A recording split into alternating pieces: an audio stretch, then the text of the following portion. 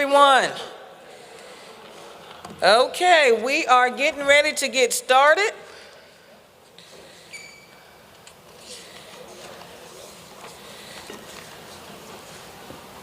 All right.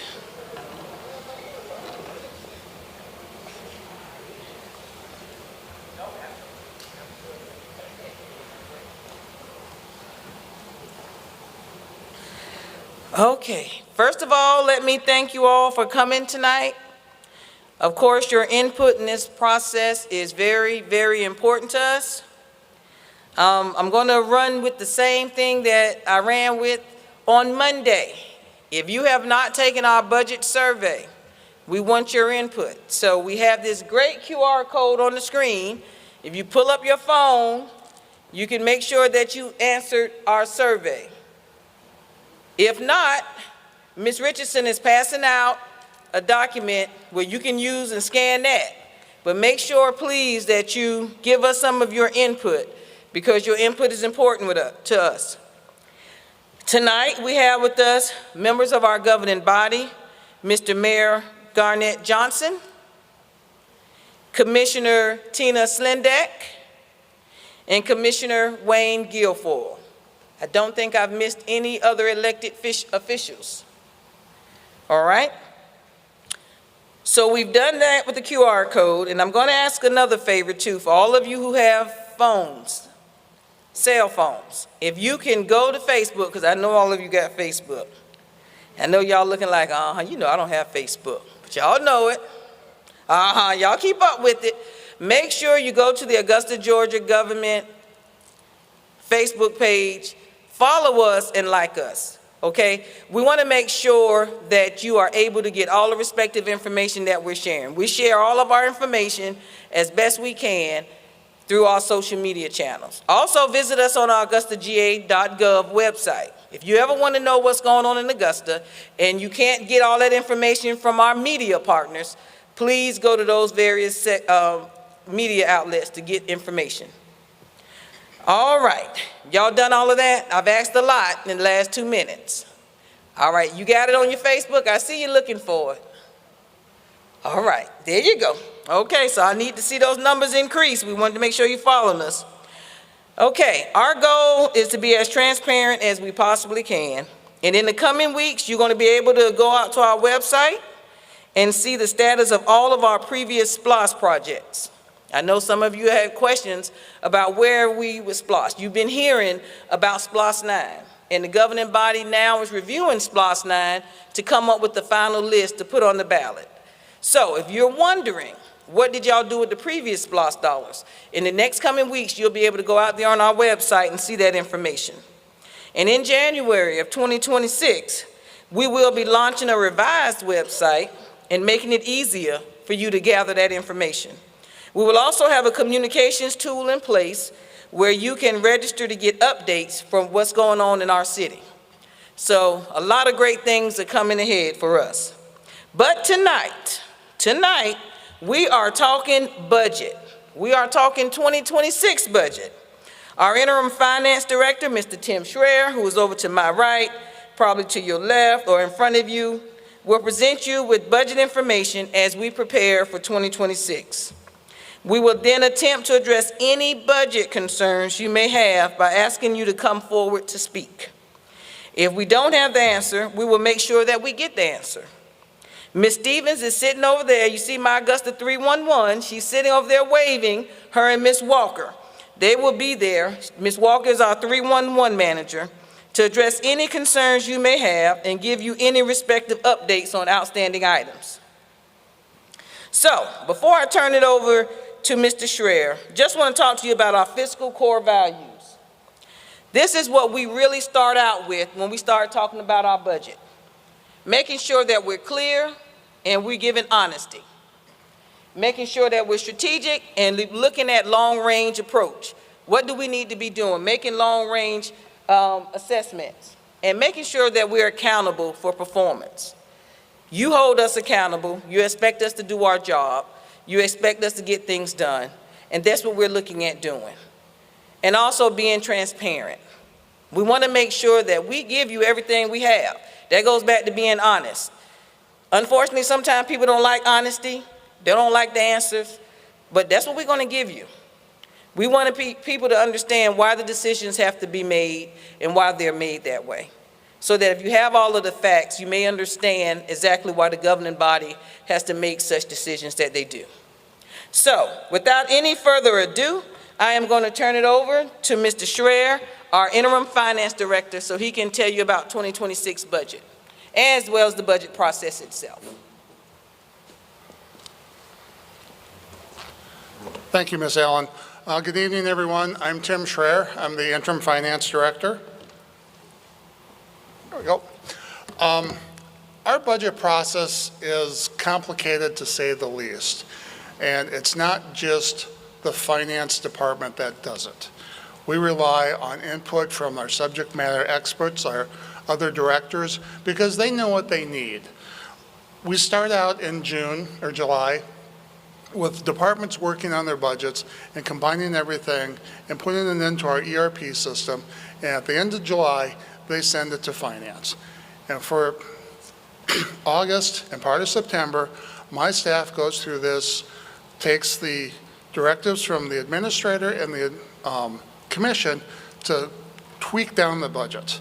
Then in October, the administrator presents the budget to the commission, the preliminary budget. We have more discussions, more meetings, and then in November, the commission adopts the budget, and then January 1st, the budget is in place. This is just a little bit more of the timelines of how we do this. So it's not just, feedback? Okay, thanks. It's a month-long process. So it's not something that we take lightly and can just do overnight. There we go. Our 2025 budget. You hear a lot about it. Augusta's budget is $1.4 billion. Oh my God, it's huge. Augusta is a large operation. We have a lot of moving parts. And it's not something that Ms. Allen or the commissioners or myself, we need everybody's input in this. Now, out of that budget, I want to point out that there's different funds. We have the general fund, which everybody knows about. We also have special revenue funds. And those are the funds that have a specific revenue stream, like 911, fire, I keep forgetting the street lights, and grants. Those are special revenue funds that have a specific revenue that can only be spent on those projects. We also have our capital projects. That's your SPLOST, your TIA projects, some road projects. Additionally, we have our enterprise funds. Okay, that's water and sewer, the airports, transit, garbage collection, the landfill, and stormwater. Then we have one that we've just the past couple of years has gotten quite large is the debt service. Because the citizens of Augusta approved the new Coliseum, we borrowed $250 million. So that's sitting out there, and that'll be out there for the next 20 years. It'll be paid down over the next 20 years, but it's sitting out there right now as a $250 million account. The other funds that we have are the internal service funds. Those are the funds that support the government, fleet management, risk, our employee health, and our pension funds. Those are all internal service funds. So when people say $1.3 billion or $1.4 billion, yeah, but it's a lot of moving parts doing a lot of different things. Now we're going to talk about the general fund, which is what everybody focuses on. So you can see here, out of the $1.4 billion, the general fund is about $200 million.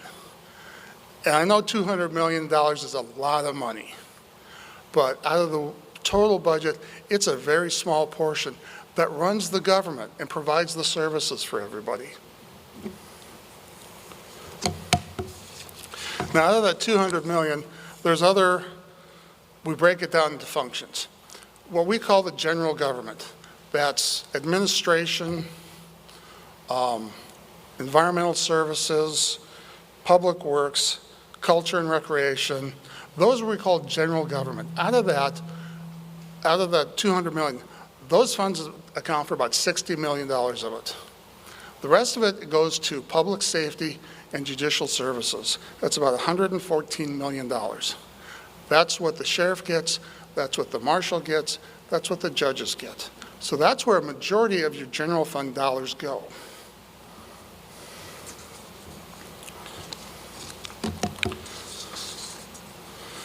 And the elephant in the room, ARPA money.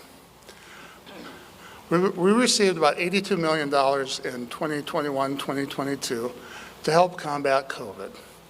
It was a great thing to get. It helped us get through some tough times. But unfortunately, some of those funds were used for operational costs. So it was a one-time grant.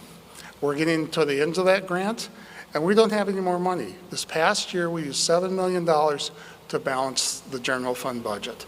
Next year, we won't have that. So that's one of the biggest hurdles that we're going to face coming up in 2026. And with that, we'll open it up for questions. Thank you.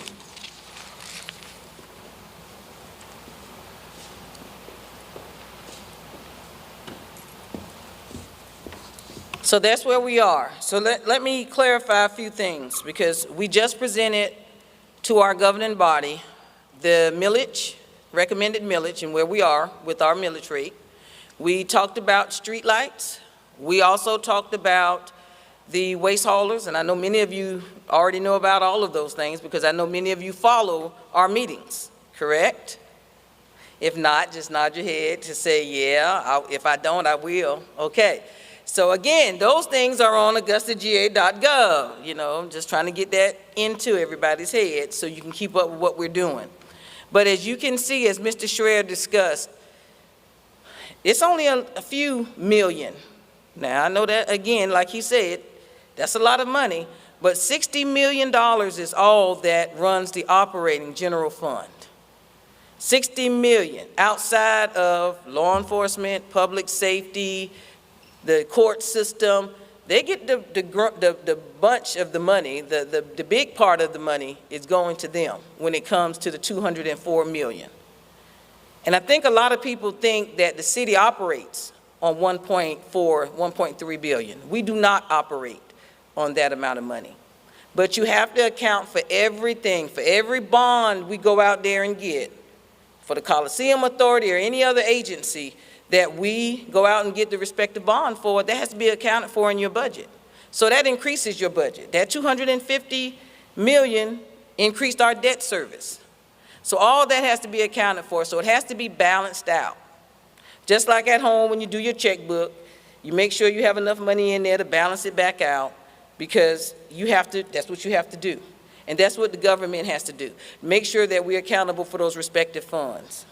So when we go out and do these various things, and the enterprise funds get a bond to do something like in our utilities department, that goes on our budget. So all that has to be shown. But at the end of the day, we are only operating on the general fund of about $206 million out of that $1.3 billion. So I know the goal of us coming today was, one, to get some input from you. The survey asked all those questions. What's important? What do you want to see in your budget? What have you not seen? You know, sometimes we say, let's cut the budget. Sounds easy, right? Let's cut the budget 20%. This is some of the challenges that our governing body has to face.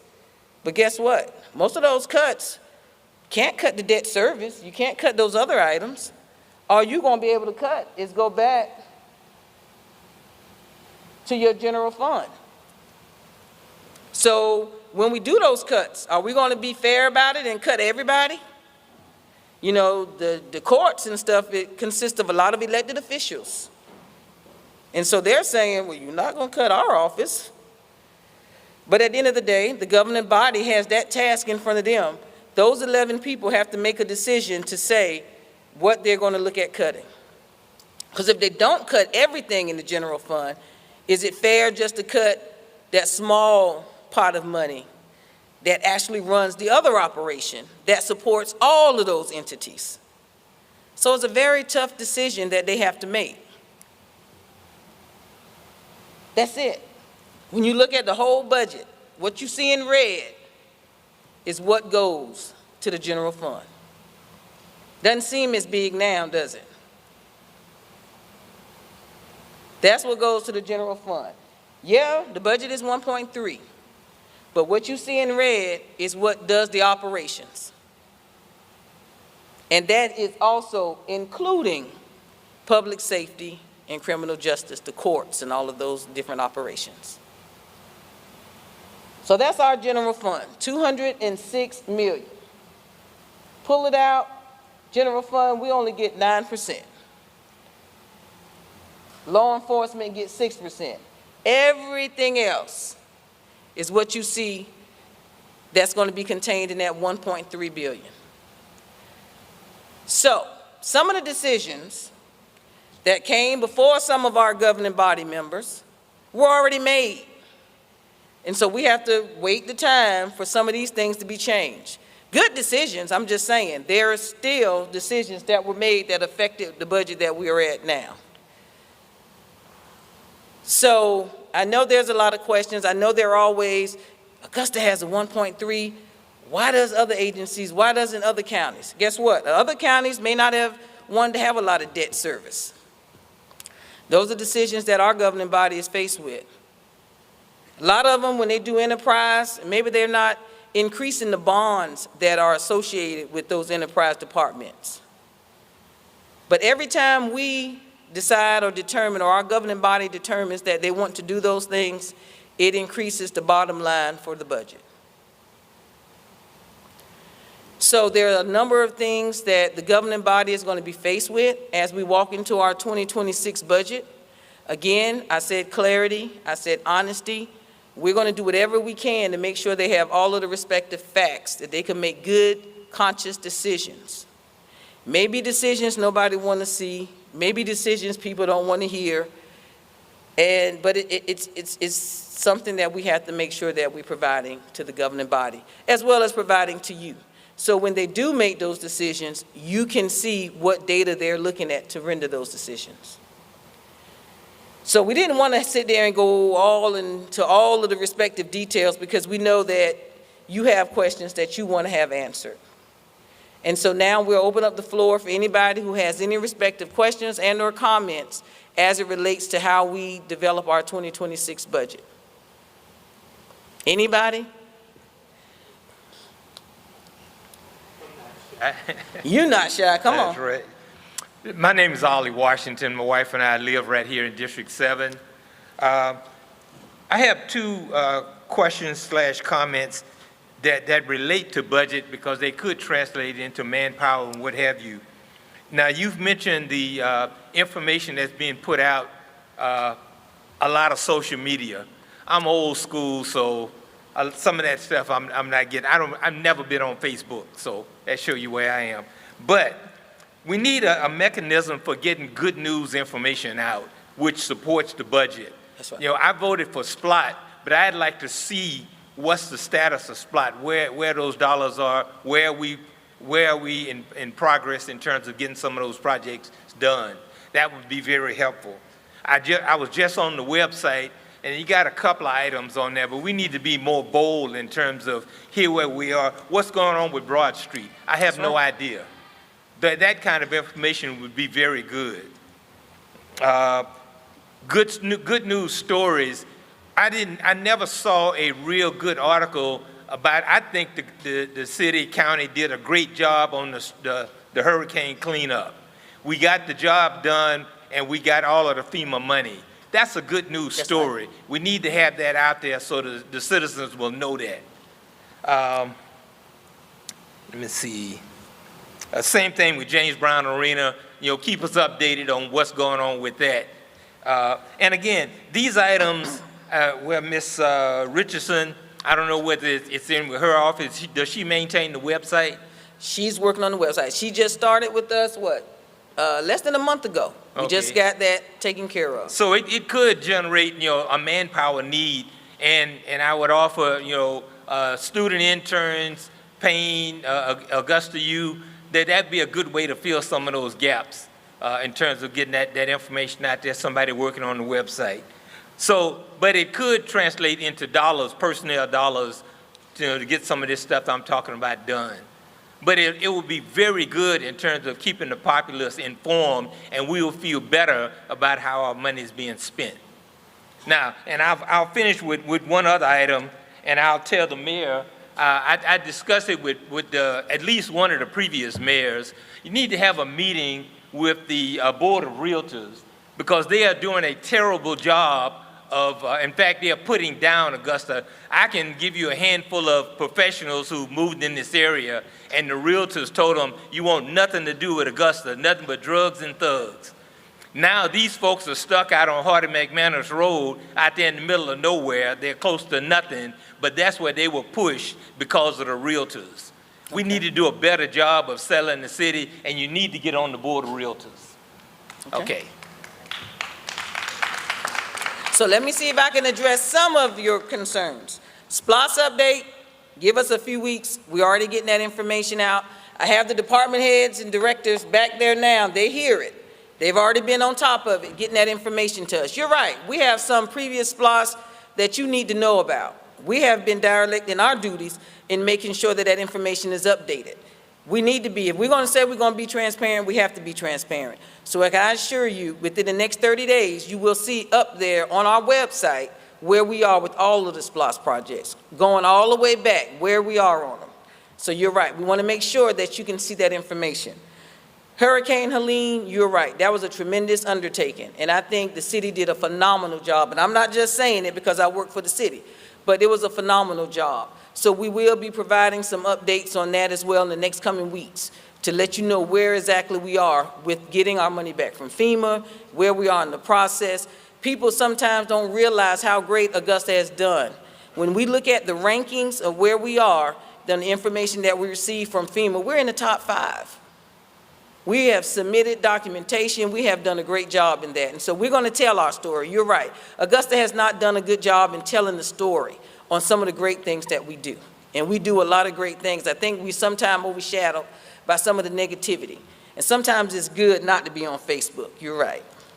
Realtors, we have to do a better job. But we have to do a better job in the way we handle people that do want to come to Augusta. Our realtors, in some cases, have not had a great, and our developers have not had a great relationship, or they haven't had a great, let me say, communication path with some of the way we do things in Augusta. We have to improve on that. We have to make things more streamlined. Our processes, in some cases, have not been the best. So we have to make it so that people want to come and work and build in Augusta. And that's one of the things that we're working on. Now, we got to do that in order for the realtors to say, yeah, it's worth coming to Augusta. But we have to change the image that we're providing out there for our citizens and for other people to see. We do have to work on that. I don't disagree with you, and that is something that we are going to start working on. Anybody else? And if you don't see any changes in the next, give me the 30 to 60 days, because, I thought when I came on board, we're going to be doing this, this, this. Then the hurricane came 3 days later. So we've been trying to do a lot of catch-up, but we're going to work on those things. Yes, sir. Hello, my name is Lee Bennett. I live at 2638 Walton Way. I've been an Augusta resident my whole life. As one of my favorite songs says, there's some good points, a whole lot of bad points. I just think there's a lot of anger. I'm here to represent that among, especially, I think all over the city for a lot of different reasons, but there just seems like a lot of waste. And I listen to the commission meetings, and we pay attention, and I hear you on this, you can't stop the debt service and you can't do that. But I think y'all need to look at some serious cuts. I think people are tired of, especially the taxpayers. It seems like the street light fees are going up and the garbage collection's going up, and we're not getting recycling. And it's all, obviously the management of all this come and do at once is insane. All these, and then y'all are trying to get SPLOST passed, which I don't think is going to happen. It's just a mess. And I hear the deficit and the Hawthorne Welcher thing, and I know all that's put you guys in a bad spot. I would start looking at some big-time employee cuts. I mean, I think before you go to bed tonight, you send an Augusta all email to every email address, which would be every employee, and say, what did you accomplish this week? 3 things. And if they don't respond, those are the people you need to RIF. I mean, that's insane. We got too much employee costs. We got too much of, and they're not doing anything. I mean, look at code enforcement. I mean, I drove past the fairgrounds. I just got in the Exchange Club. Drove past the fairgrounds on Sunday. The grass in the right-of-way is 4 feet high, you know? And it's just all over. The Central Avenue median is always out of control. And there's trash there. And there's limbs on the Central Avenue median that have been there, I don't know, months. And I think just the return on investment is just, people don't see it. So I know y'all are looking at cuts. I listened to a lot of the meeting yesterday. I mean, what Wayne and Catherine and the mayor and Brandon Garrett were saying, and Don Clark at the end of that meeting. I know everybody talked, but, and you know, I don't know what Jordan Johnson's talking about, extra revenue streams. I mean, I'm for that too. I don't know what he meant by that when he said that in the meeting yesterday, but like, hey, code enforcement, how much money, there's a question. How much money are y'all getting from code enforcement fees and fining people? I doubt it's very much. I mean, because I think y'all go out and knock on the door, and if nobody answers, it's like, oh, whatever. Anyway, I'm just here to represent that concern among my peers, my friends, and people I talk to in the community, and I don't think I'm alone in that. So, and I appreciate what you're doing. I am optimistic. If I wasn't optimistic that saying these things might actually net some things, and I was nodding along with something yesterday, I mean, that's the first time in like 10 years I've had that happen. So anyway, I'll end with that. So congrats on your position. Happy for you. Thank you, Mr. Bennett. And to your point, you're right. I'm not going to say necessarily we want to go on a reduction in force, but I want you to know that I even ride out sometime. I don't think I can ride out as much as the mayor does, but I try to ride out just to see what people are doing. You're right, making people accountable. We have not done a good job in that. I'm not going to sit here. I've been with the city for 32 years, and my goal has always been the people that work for me, they're going to be held accountable. I think we did a good job in that. I've always looked at benchmarks. I always looked at what other agencies are doing and how they can make things happen. Have we been doing that as overall, as holistic as a city? Nah, we have not. I'm not going to, I would say in Ms. Allen's opinion, let me say that.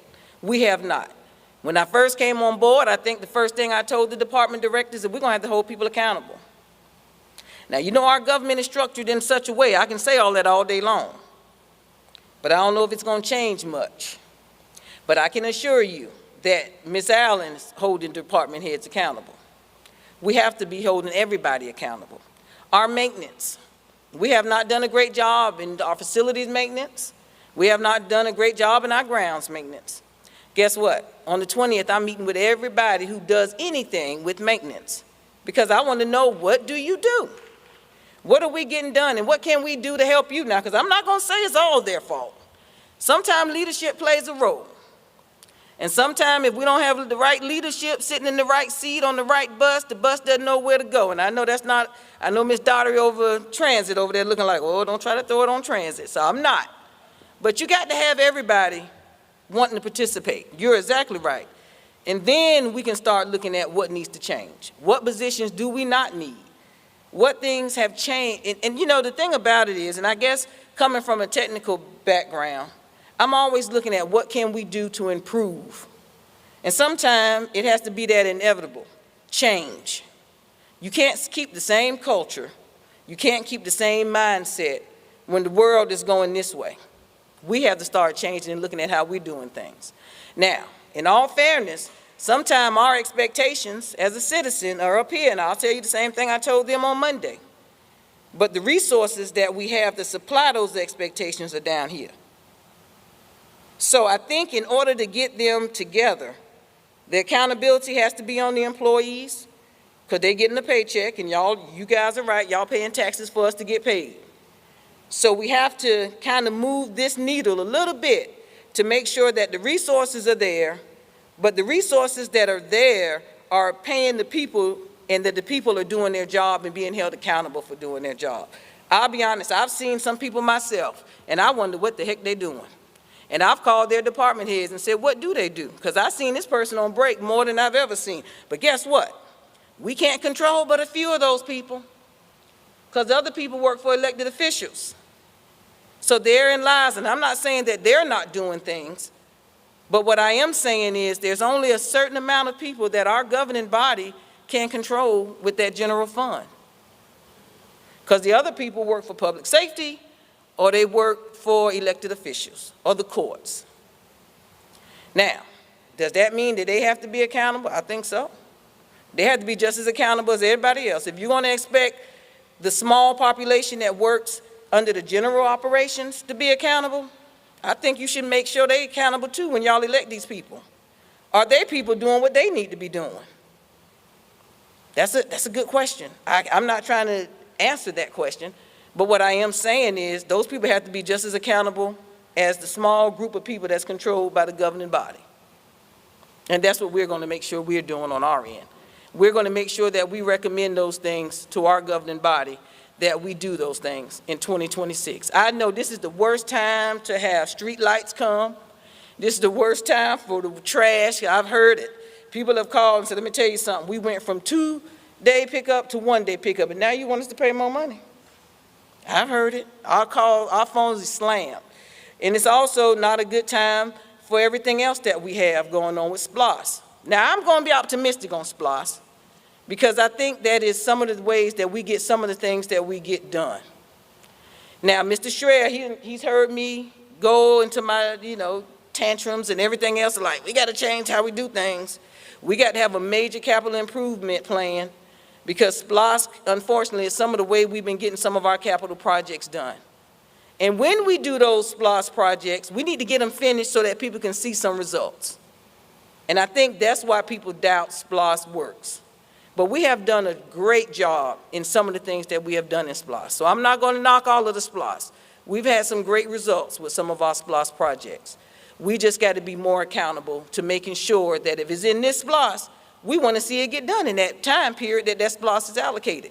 We shouldn't have all those old SPLOST sitting out there and none of that stuff is getting done, and now it comes, we got to have more money. Because guess what? Inflation is taking place. It costs more now, and we're looking at a SPLOST 6 item that you might have gave $5 million to this project.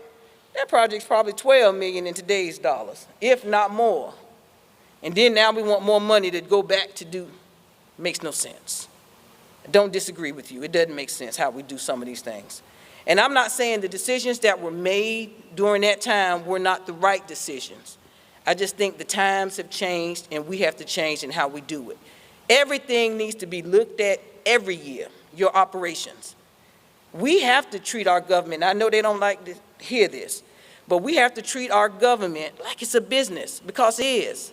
You're bringing in money, whether it is tax dollars or not, and you got to show some kind of operation. What is your return on investment for doing that? I don't think we ever looked at it. When I used to be the CIO for the city, I used to tell the employees that work there, and I'll still tell them that. They'll say, Ms. Allen, they look at us like government employees.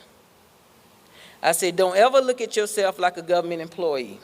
You look at yourself as an IT professional that just decided to give the government your skill set. So that's what we have to start doing. We have to start operating as a business and stop giving people the benefit of saying we're operating as a government. We are a government, but we got to start operating as a business, especially when we have our enterprise funds, because they are businesses. So we're going to definitely work on that. I'm not going to say we're going to reduce everybody, but we're going to look at some of the operations and some of the positions that we do have. And I'm glad that the department directors are hearing it, because they hear me say, hold people accountable. Why is that truck over there? What is that truck doing? Did he cut any grass today? We have not done a great job in that. Yes, sir. Oh, I'm sorry.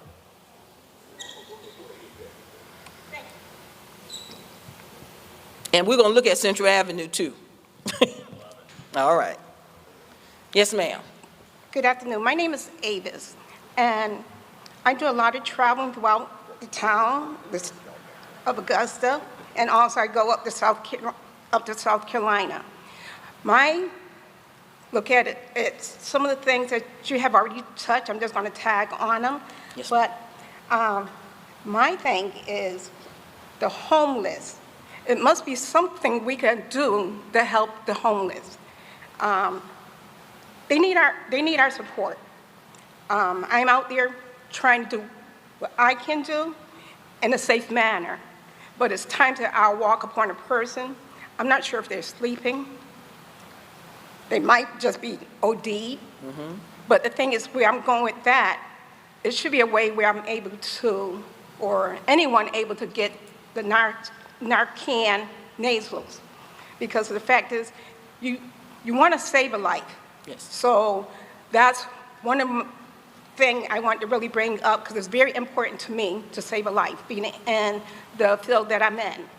Also, I notice when masters come to Augusta, you don't see that many homeless around that area.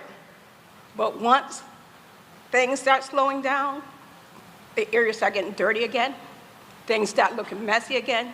So with that, that's another item I want to speak of. And I'm going with another age level, with children.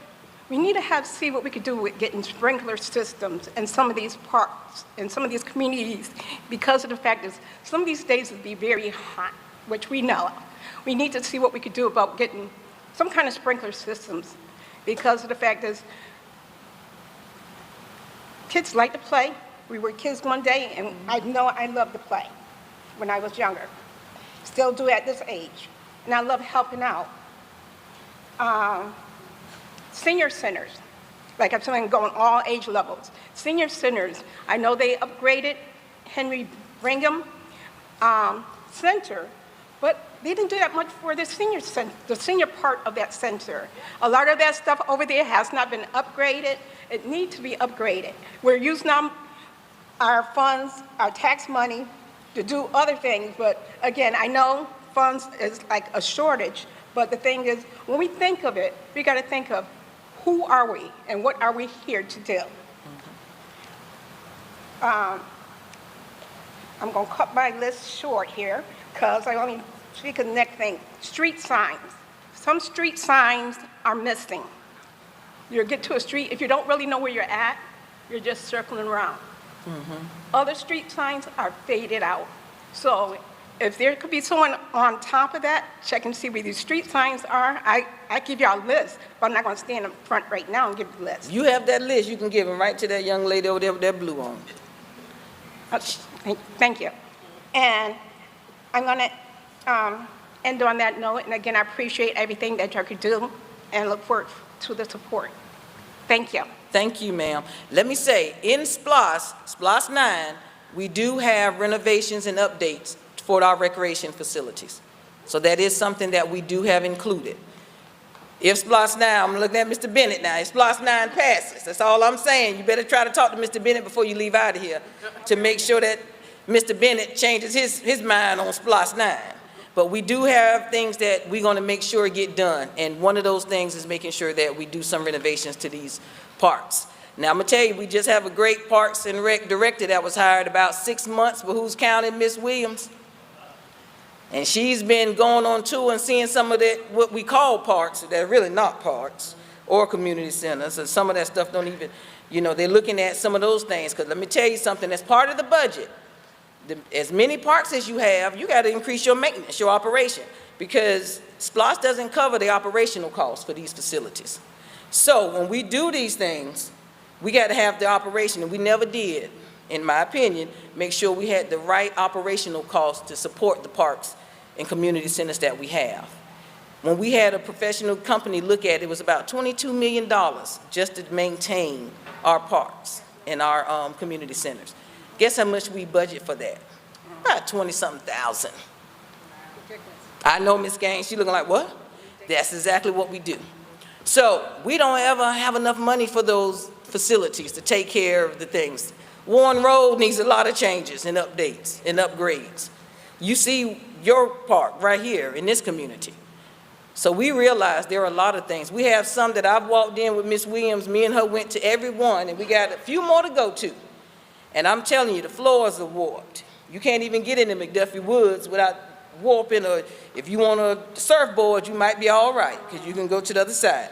But that's just how bad it is. And I used to go over there, I didn't even recognize the building. I used to go over there and work with some of the students, and I'm like, this the same building? That's how bad it looks.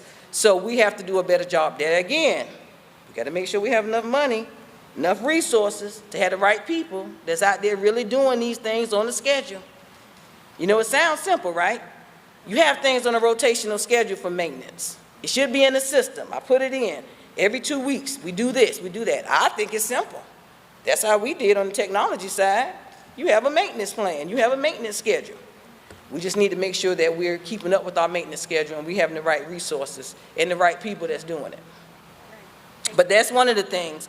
What was the other thing you said, the street signs? Some of that stuff was destroyed with the hurricane. I'm not using that as an excuse, but we do have some of that scheduled to be replaced once those funds come back into us for reimbursement from FEMA and GEMA. So we'll do some of those. And I think it's the NARC spray. And I think the fire department does provide those. But the fire chief was in here, the deputy chief. Thank you, there he is.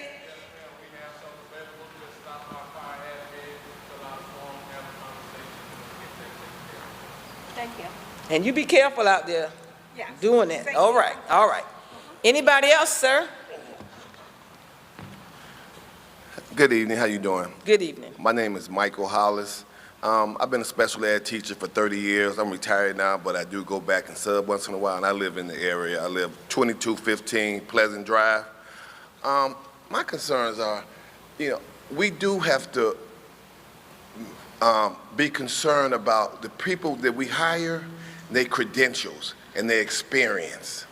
The first thing that I came in, they talk about slash and cut and stuff. Sometimes we put people in the position of authority and power that don't have the know-how.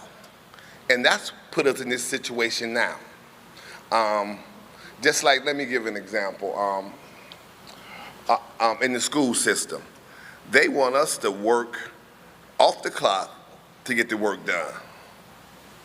Now here, they want to slash the maintenance and stuff, and usually that hurt one group of people. And every time I hear that, slash, slash, slash, you're not gonna get the same results if you keep slashing everything, especially if you want improvement in the community. And these groups of organizations that want to slash stuff, you got to look at what is the rhyme to their reason? What's the reason that they saying that? Because they don't have the outlook of the whole community, and what's going on. Just like here, you said you got you going through park to park, and you said, I haven't seen that tennis court being used, but the biggest sport out now is pickleball. That's right. Are you familiar with that? Yes, sir. But they have pickleball Believe over me. here. They have pickleball over here in Montclair, but it's private. So people like me, I don't want to pay $200 a month to play pickleball when we got a park, we can build a pickleball court right here. Or I have to go to the church and pay the church $375 to play pickleball right up here at Warren Road Baptist Church. It's the churches and the private clubs like Montclair that are consuming and monopolizing the pickleball. And that's why our kids don't have anywhere to go, because it costs a lot. Everything in Augusta, you have to pay to play, everything. And it's a public park. We should add pickleball to that within the next couple months, soon as possible. And I know the people in this community, in the Montclair community, don't want that because it'll take away from their private club membership probably because people be going to play free. But that's just the nature of that beast. And I just hate to hear them say they slashing everything. America is not going to be America if we slashing everything. Something we got to suck up and we got to pay for it. And like when I first moved to Augusta 8 years ago, it's all about the school system. If you got people running for office and they don't have the knowledge and the experience, you're not gonna prosper. You're not gonna move forward.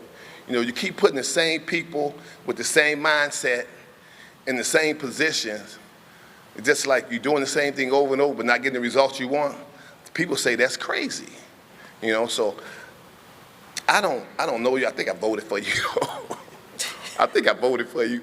No, you didn't vote for me now. I vote on. You probably voted for the commissioners. Yes. You yes, vote, that's right, yeah, Commissioner yeah. Slindeck is your commissioner right there. I vote- That's who you voted for right there. That's what, okay, that's what I voted for. Okay. At But least I'm- that's what you better say, uh-huh. Oh, yeah, but I'm saying this because this here in Augusta, come on, it has to get better. It has to get better. And it's not getting better because the same people are reaping the same benefits and they don't look like me. I'm just saying that. They reaping the same benefits, doing the same thing. And I'm not a prejudiced guy because my wife is white. But I'm just saying, the same people are reaping the same, and she's telling me that too. Oh, okay, She's telling me that. This is her talking. okay. This is her talking. Okay, so I can say, when we talked about it, and you and Mr. Bennett probably can come up with a good plan. So we're looking at everything and everybody. And you're right, sometime when you're hiring people, and I'm not saying Augusta's doing that, but sometime when we hire people, we're hiring somebody because the other person not doing their job. So you have this person that's not performing, and then you say, well, you know, you have to go through too much to get rid of that person, because it's a government, and we have to sit here and we have to do all these things, and we have to go through all these hurdles. So what do? It's easier and sometimes to hire somebody else who won't really do the job. And the other person's still there too, right? So guess what that does to the morale for the other people? Those are some of the things that we are trying to change and some of the things we're trying to fix. That's the culture. Now, you don't change the culture overnight. I can tell you, I thought I can come in and do a lot of things in 6 months. But once you start digging and diving into the pool, you realize you got to swim a little harder. And it's a lot of things that we working on to change. So we're not going to just do a reduction in force. Mr. Bennett said, let me get out of that spot so she won't call my name anymore. I still see you, Mr. Bennett. But we do have some things that we do need to do better in with hiring. And we're not trying to do anything. We're going to try to, our motto is making sure we have the best qualified people to work. That's what, I don't care who they are. Because sometimes they be like, oh, he knows so-and-so, or he goes to my church. I know his son, so we're going to put him in that position. He don't have a clue. I find that out to be true a lot here in Augusta. You know, I do. Y'all want the truth, right? Yes, sir, we want the truth, but, all right, thank you. Hey, good evening. My name is James Johnson, and I live all over Augusta, 301, 209. So it's important to me that the entire city can benefit from every representative who represents them. And I don't want to just talk about my neighborhood. But one concern is prioritize what you do. Well, we need Splash. I think Splash is something that we need. I'm optimistic, as you are. I mean, hopefully that will pass because it has done a lot of good. But in terms of some of the things that were on Splash, that were eliminated, or that were not taken care of, that were approved, my question to you when I sit down is, you know, what's going to happen with that? And I know Ms. Williams, I think we have a new, the PT, the Recreation and Parks Director. I'm glad she's here, and I wish her well. I can say the budget is not that large, but I know there are certain neighborhoods who are concerned. I spoke with some downtown, May Park, as well as I think the one out in Bel Air Hills, where I think they've been trying to reach you guys, trying to get something done for the Bel Air Hill Park. That's a concern there. But prioritizing what you do in terms of lights, I know that's something that was maybe approved on Jimmy Dyer's. People had concern about what's going on with the lights on Jimmy Dyer's. You know what I mean? That I think was approved, as well as some sewage and sidewalks.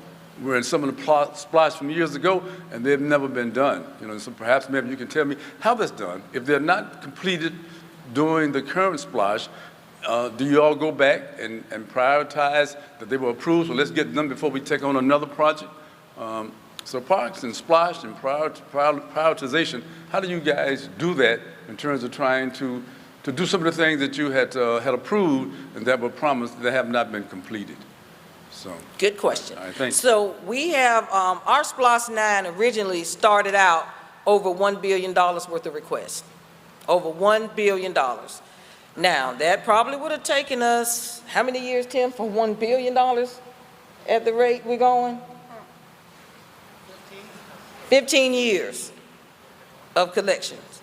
And that would have been just focusing on those projects. So what we had to do was scale it back, something that we can actually see results in within a 5 to 6 year. Our normal SPLOST period is about 4 to 5 years, I would say, right, Tim? 4 to 5 years.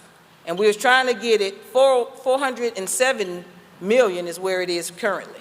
But imagine, we started at 1 billion, over 1 billion. I think engineering had over 300 million projects by themselves. Recreation probably had about 200 or something million.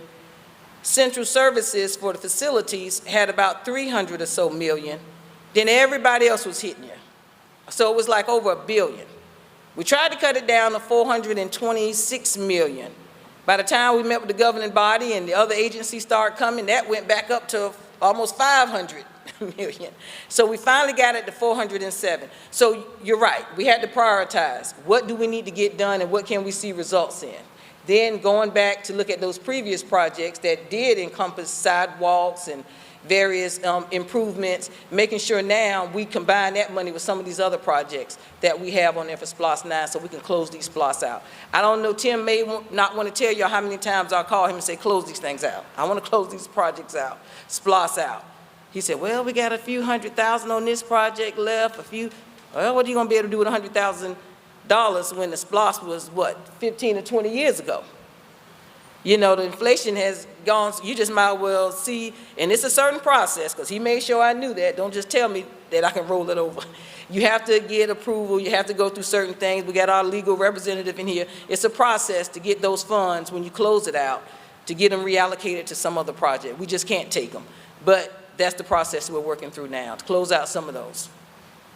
So very good point, sir. We're going to keep prioritizing. Yes, sir. Thank you for what you're doing. I appreciate this. I did want to address this gentleman. So from Montclair, if you wanted a membership in pickleball, it's $150 a year. So it's not even $20 a month. But we're an ambassador for all the parks to open public. So there's a lot on Fierce Ferry with Petersburg, Columbia County. There are opening them around. But if you ever want to come join, please definitely come do that. We'd love to have you. I was a member there for 5 years. Okay, good. So I just want to, so it's not too bad. But the biggest issue I have here is I want to see where we are with the RCCI crews in dealing with all of the private land that the city owns for ditches, creeks, things like that are not being maintained before the hurricane. The topography has changed with losing so much tree coverage. Our yards, everything has changed. We've got weeds and stuff are out of control, and it was a difficult time getting those crews out before. So from the actual cleanup perspective, I'd like to see that. And then the other thing is traffic safety. I know the city had put some money aside for neighborhoods that are having speeding issues, for speed humps in the neighborhoods, but that has continued to be a big issue and a big call out by our residents for what are we going to be able to do, and we definitely need the city's help on that. But the ditch cleanup and stuff to help with what we have now is even worse before, so that would be helpful. Okay. So in regards to the speed bumps, they do have a process, and they do have a request that you go through our traffic engineering department and get the respective signatures in the neighborhood. They're talking about this Montclair, joining Montclair right now to play pickleball. Okay, so we just want to make sure, that's all right. So they have a form that you can complete for a request to have speed bumps put into the neighborhood, and a certain amount of signatures are required. And then Mr. Ushery, who works in our traffic, would actually bring that forward to the governing body for approval to one of our engineering committee meetings. So that's the process for that. And if you have any questions, 311 definitely can tell you the process. She's looking like, yep, I can help him with that. And then when it comes to the RCCI, we have been having a lot of problems in getting people to want to come in, because those crews, you have to have a supervisor, and that supervisor has to be certified. So you're right, you have not seen as many crews as you used to. And they're trying to fix that and have more supervisors hired so they can take out those respective crews. So we have a limit on our crews right now. You're welcome. Yes, sir. Evening. My name is Rufus Lewis, and I just want to piggyback on what our President Johnson talked about Bel Air Hills. I was listening to Mr. Bennett, so he got a few limbs down on his streets. I want to invite him out there because we got a park that's owned by the city in the middle of our neighborhood. The trees that blow down is still down.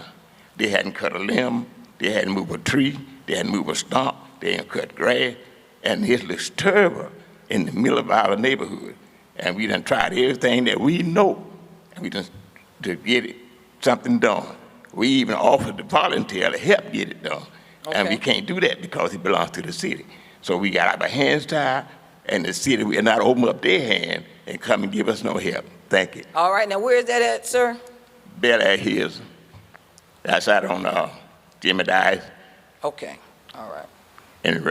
in Bel Air Road. Okay, yes, sir, and it's the park out there. It's the If you park can- out there. If you can give that young lady your name at that table, she'll make sure, and your address, phone number, so she can make sure we call you. I hope so, thank you. You're welcome. I've been hearing this ever since 1996. Uh-oh, well, you When- better give me your name and when I number, then I'll came- make sure. When I came to Augusta, the first thing they say, you on the wrong side of town, you ain't gonna get nothing done. But I've been fighting ever since then. I fight to get the streets put in. The streets belongs to the city. Well, I fight to get the grass cut. They sweep them about once every 2 years.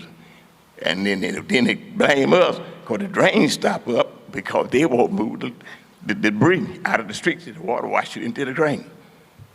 Thank you. You're welcome. Make sure we get this gentleman's number, because he said he's been calling since 1996. Yes, ma'am. Hello, Hello.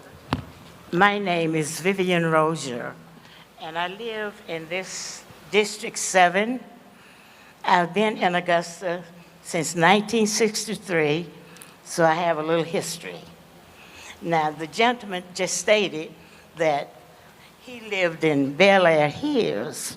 When we moved to Augusta in '63, I knew about the 3 Augustas.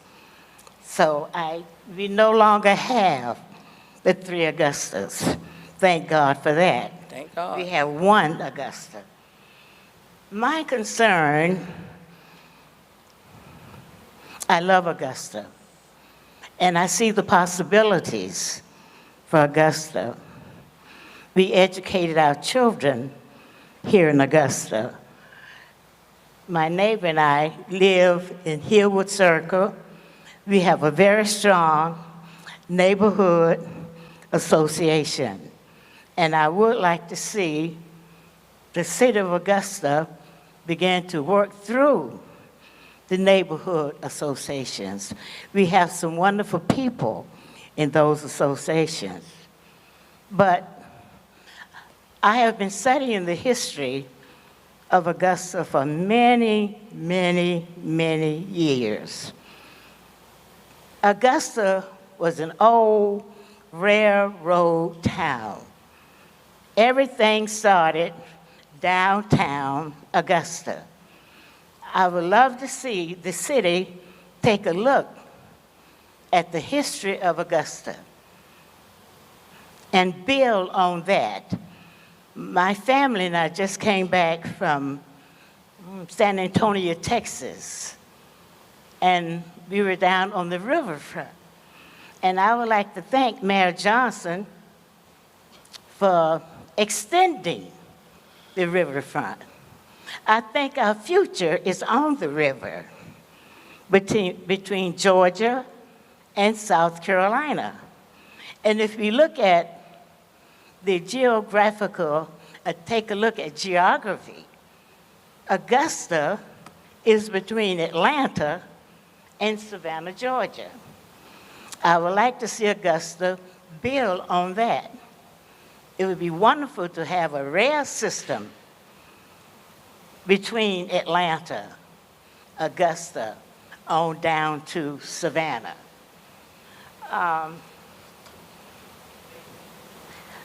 I also would love to see citizens, a concerned citizen group of people who would love to see the progress. And I see the progress in Augusta, realizing we still must continue to move on. But one other thing I would like to see. What is the, I would like to ask you a question. What is the partnership between industries in Augusta and the city? What type of research to move forward?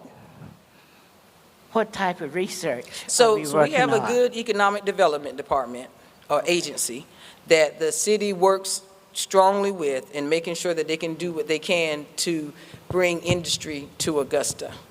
So we work through that arm, as well as some of our governing body members work through the Economic Development Agency to try to bring Could you them. define that research for me? Now, they're the ones who go out to the various other cities and agencies and go to visit these companies and try to recruit them and bring them here to Augusta. So they do that on their end more so than the city actually does. I would recommend a book, and I'm quite sure you've already read it. It's called Common Purpose, because we all have a common purpose when it comes to building. And I think our vision is to build a city. Augusta is major. When you think about the tournament, Augusta National Tournament, and the James Brown Arena, and please do not change that name. People all over the world, all over, they know James Brown. We just need to build here in the city an appreciation for people like James Brown, Jesse Norman. And so that we can keep building for our young people. This is serious. Yes, ma'am. Thank you. Thank you, Ms. Rozier. All right, Mr. Powell, what budget question do you have? Anybody got any budget questions? Y'all good with the budget? All right. May I ask a question of the crowd? Yes, sir. How many people pay a water bill? Okay. Along with that water bill, we pay a stormwater fee. And this may be before you, well, you were in IT when I think this happened, and I think it happened 10 or 12 years ago, but the local newspaper at that time posted a list of the largest companies in Richmond County that had not paid their stormwater fee. It was, I don't know if it was a top 20 or a top 25, but it was a lot of money that they had not paid. And it did not stay in the newspaper long, because I believe they advertised in the local newspaper and probably said if that doesn't go away, our advertising will go away. But there's an awful lot of money from at that time, and this may have been 10 years ago or 12 years ago, that list was publicized, but I don't know about any collection efforts. And can you tell me what happens when a corporation or a big business does not pay their stormwater fees? It should be going into delinquency. We collect about, $14 million in stormwater fees a year. We do have some that are delinquent. I mean, it's just unfortunately the nature of the beast. But when they are falling delinquent, we do the process of trying to collect the money, because they need to pay their stormwater fees just like everybody else that's paying theirs. So we do that, and it does add additional penalties and things of that nature as well. I really think that this particular list that I remember, and believe me, I don't remember a lot, but I think that list embarrassed a lot of people, a lot of large corporations, and I'd love to see that list again. And I don't know how to get into the archives of the Augusta Chronicle, and but that's something that we could look into that would certainly help the budget. As I remember, that list probably was a couple of million, maybe $3 million. Okay. So, thank you. Thank you, Mr. Powell. Yes, sir? Hi, my name is David Peltier. I live at 548 Whitehead Drive. Sort of piggybacking off of what Mr. Powell just said, I'm here to talk about stormwater. We have had an ongoing issue with our property and our neighbor's property for many years now, and ever since the hurricane, it's pretty much gotten worse to the point where our stormwater line, which has been in since the 70s, has been collapsing and forming giant 4-foot holes in our yard. And in fact, about 2 weeks ago, collapsed our neighbor's driveway where they can't even get out of their driveway. I've been trying to get in contact with, the engineering department for many months. I've had to get 3 commissioners involved in this now. And, I just find it's interesting the fact that they keep telling us every time engineering doesn't have the manpower, they don't have the money to fix it. But, we finally got them to come out with a dump truck last month to fill holes in there so no one could fall in. But I'm just curious where the stormwater money's going. We're paying these fees, engineering has a budget, but it takes 8 months and all we get is just dirt to fill the hole, and instead our yard continues to turn into a river pretty much every time it storms. Our neighbor's trying to sell his house, and as of right now, it's unsellable because he's got a 4-foot hole in his driveway.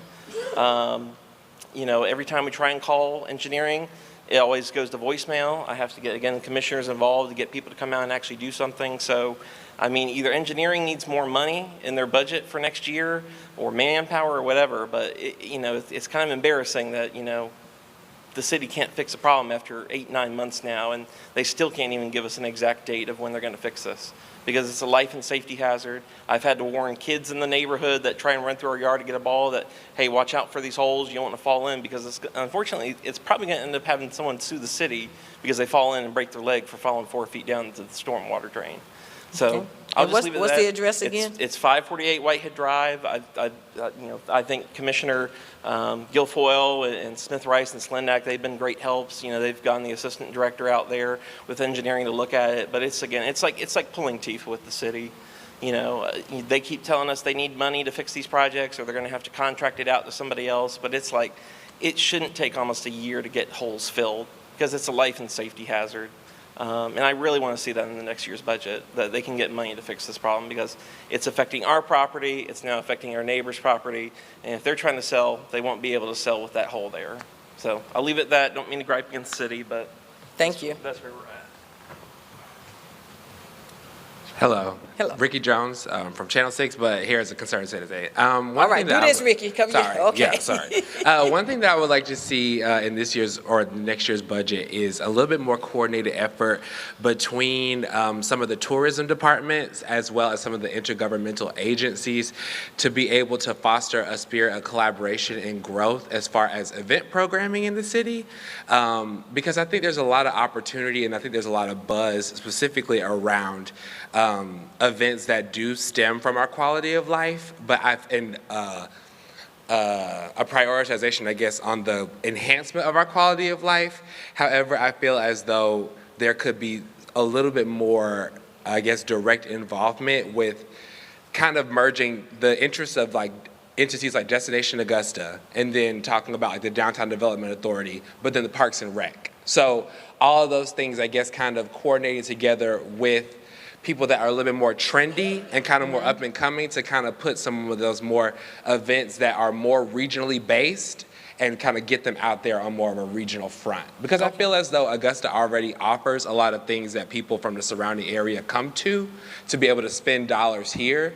But I feel as though there could be a little bit more coordinated effort as far as the actual marketing and PR. And I'm not sure if that's actually something that the city is involved with, or is as a private entity like a Destination Augusta. But I definitely think that a little bit more involvement from the city would kind of give that like institutional backing of seeing that the city supports the events that the city puts on. Okay, and so we do have Mr. Benish here. He's over Destination Augusta, and they do a lot of the marketing for the various events that are had. So he and Ms. Williams coincidentally are sitting right by each other. So I think they heard you, they were shaking their heads when you were talking. So we're looking to making sure that can happen. Yes, Ms. Gaines. Yes, good evening. Kim Gaines, and I am a citizen of Augusta. But we'll get back to the budget. My question is, I know we have a couple of line items to bring in income, obviously taxes from the people, I guess sales tax. But are there two, or I guess I should say, are there other lines of thought that, one, is there a goal for a particular population increase over a period of time that you're expecting to have a certain amount of money that when you're doing this budget, not just year to year or 4 to 5 years? And then secondly, are there any other income streams beyond the ones that everyone always talks about, where it's not always on the backs of the citizens as well as the companies? I mean, obviously, you know, companies, you're still in there to make a profit, because Ms. Allen said we're like a business. So obviously in a business, you want to diversify. So I'm just curious, I hadn't seen that. I saw the costs. And we spent a lot of money, but I don't think a return on investment of 15 years is really good. Are there some incremental ones or something? So those are just my questions. So when we're looking at the budget, and I appreciate your transparency and great job. I don't think I want this one. But I think that is important. So not everybody, you know, or 2 or 3 streams are carrying the load. But that's all I have in reference to the budget. And I know it's not going to change for 2026. I'm saying for the future, because it just seems like there's only a couple of streams of income. And I'm like, as large as we are, That's right. we probably need to start thinking elsewhere. Thank you, Ms. Gaines. So we are looking at that. I've always, I've asked Tim and gotten on his nerves many times when I said whatever else we can do. We hear the governing body always say we're not going to be doing a millage increase and putting it on the back of the taxpayers for some of the things that we have not done. So we don't want to just put things on the backs of the taxpayers. But we do have to, like I said, get them a little closer to what we're looking at. And then we can look at other resources and then other reductions. I see my friend has gone now because Mr. Bennett's saying that's enough. But we are looking at doing some of those things. And I know you know how to get in touch with me, Ms. Gaines. So if you don't see that happening, I know you know it's not going to happen in 2026, but we're going to start working toward it. Yes, ma'am. Yes, sir. My name is Tom Tinley. And like Mr. Tinley, I hadn't seen you in a minute. Well, and like some of the other folks who've spoken tonight, I live all over Augusta and own property all over Augusta, Richmond County.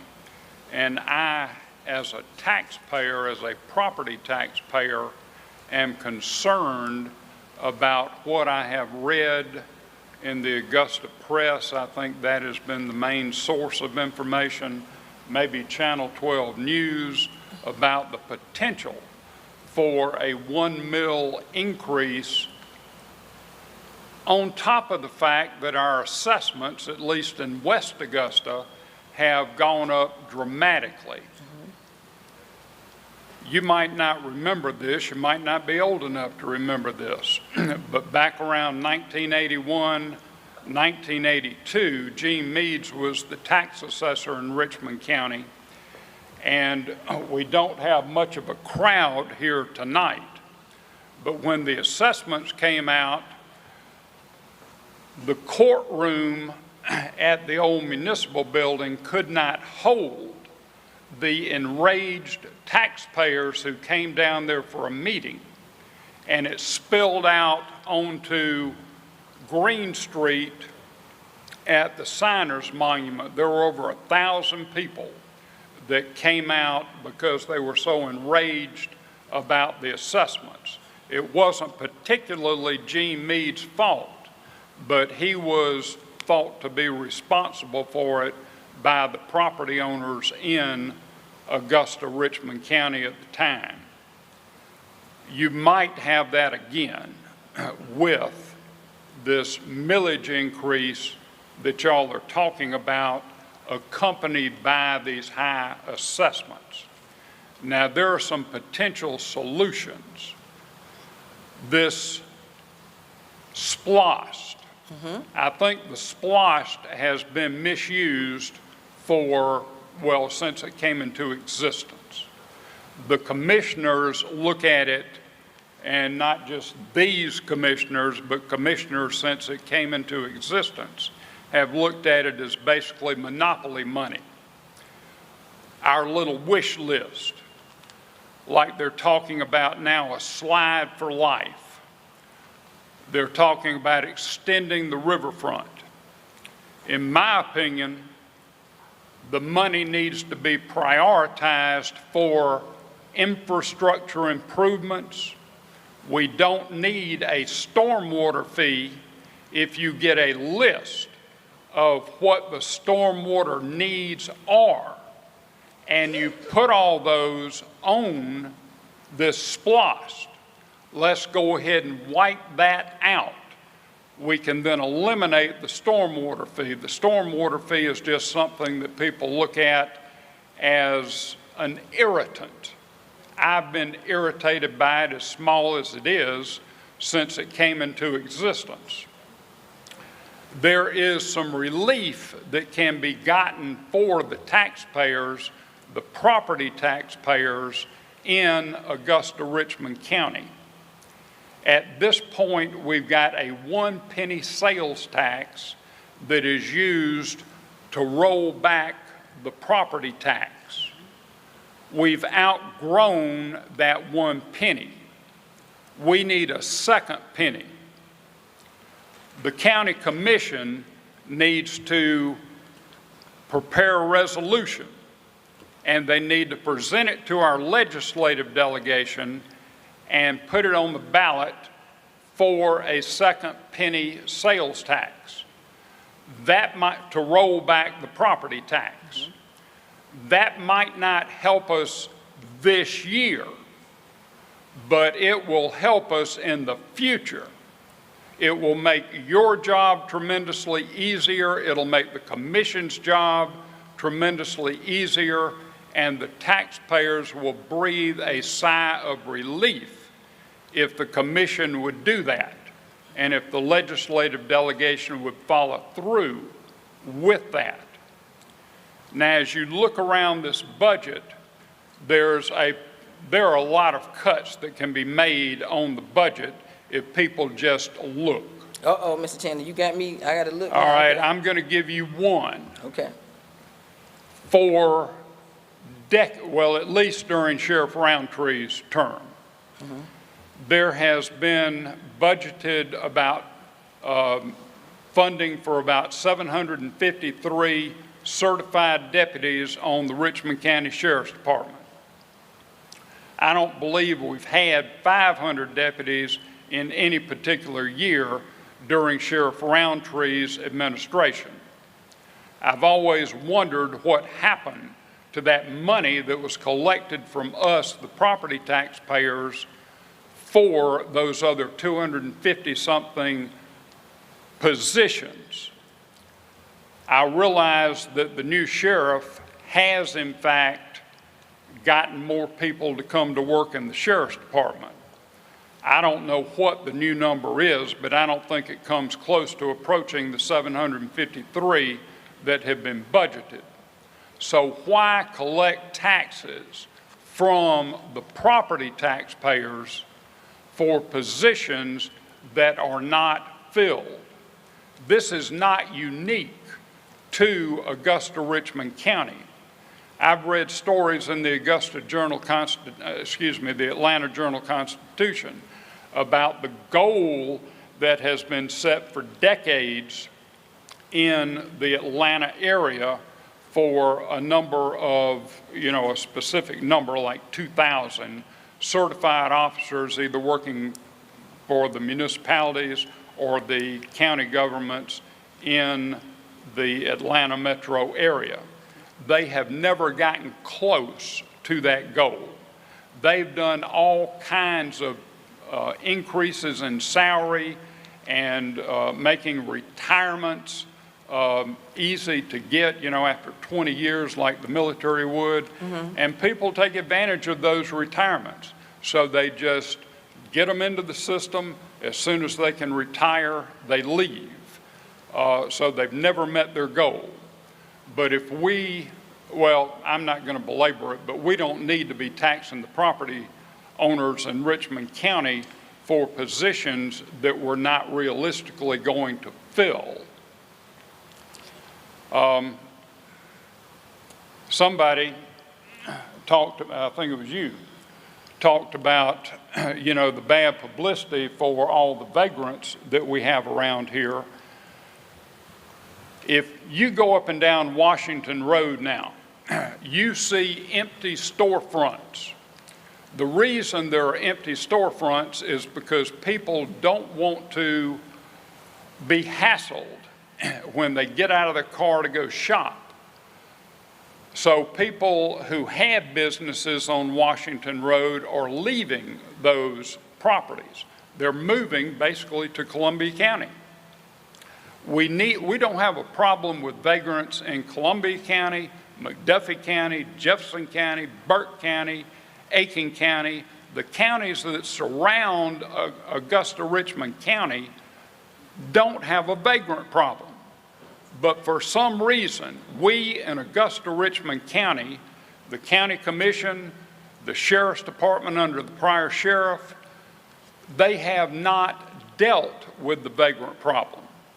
I have been to a number of meetings, public forums like this one at this building, one at Brentwood Park, the pool, one at the old Boy Scout hut in National Hills, and I hear the same dog and pony show presented by those who are employed by Augusta-Richmond County to address the vagrant problem.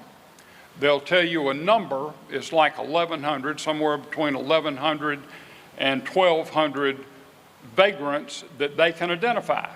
And they go out and they see the vagrants on a regular basis. They can pretty much call them by name, but they wear you out with all this, what they're doing to keep track of them, but they never get to the point of what are we doing about the petty thefts that are being committed? Okay. What do we do about the people, and I wish the gentleman from Walton Way was still here, because I'm on that Somerville, Walton Way, Forest Hills Facebook group, and over the past 6 weeks, there have been 3 posts on there about somebody coming to the door at 11 o'clock, 12 o'clock at night, and they'll catch the picture on the Ring camera, and then the next person will come on and say, yeah, he just showed up at my house 11 minutes later, and then there'll be like 11 people that post about some vagrant coming to their house at midnight, 3 a.m. in the morning, and nobody's doing anything about it except talking about it on Facebook.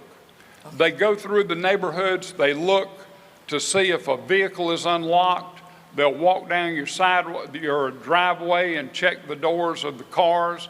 Nobody's doing anything about it. So let me ask you this, Mr. Tinley. I'm going to, because I know you have a lot of concerns. I see your paper in front of you. The one thing about it, we'll start at the beginning.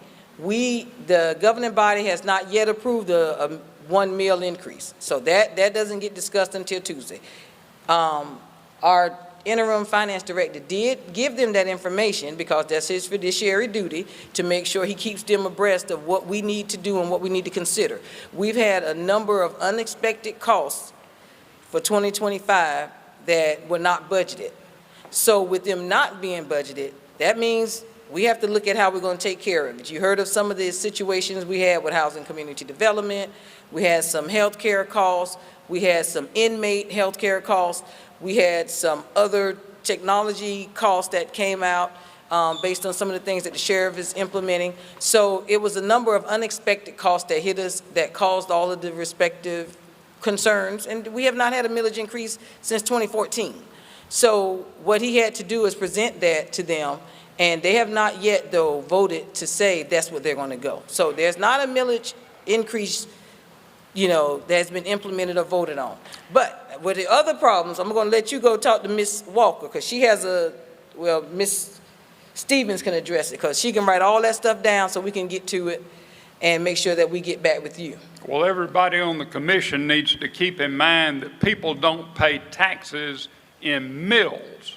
They pay taxes in dollars. Yes, sir. So when those assessments go up and they apply the same old millage rate, it's still a property tax increase. And the property taxpayer needs some relief in Augusta-Richmond County. Yes, sir. We need some relief from what has happened in the past. We need some relief from what is projected to happen now. But we can get some long-term relief if they will pass that resolution to get an extra penny sales tax to be applied against the property tax and send it to the legislative delegation and put the monkey on their back to put it on the ballot. Okay, All right, I'm going to sit down. Thank you, Mr. Tinley. All right, so that kind of wraps us up. And I see Commissioner Don Clark has also joined us. I'm going to ask if our mayor and/or any of our commissioners that are present have any wrap-up.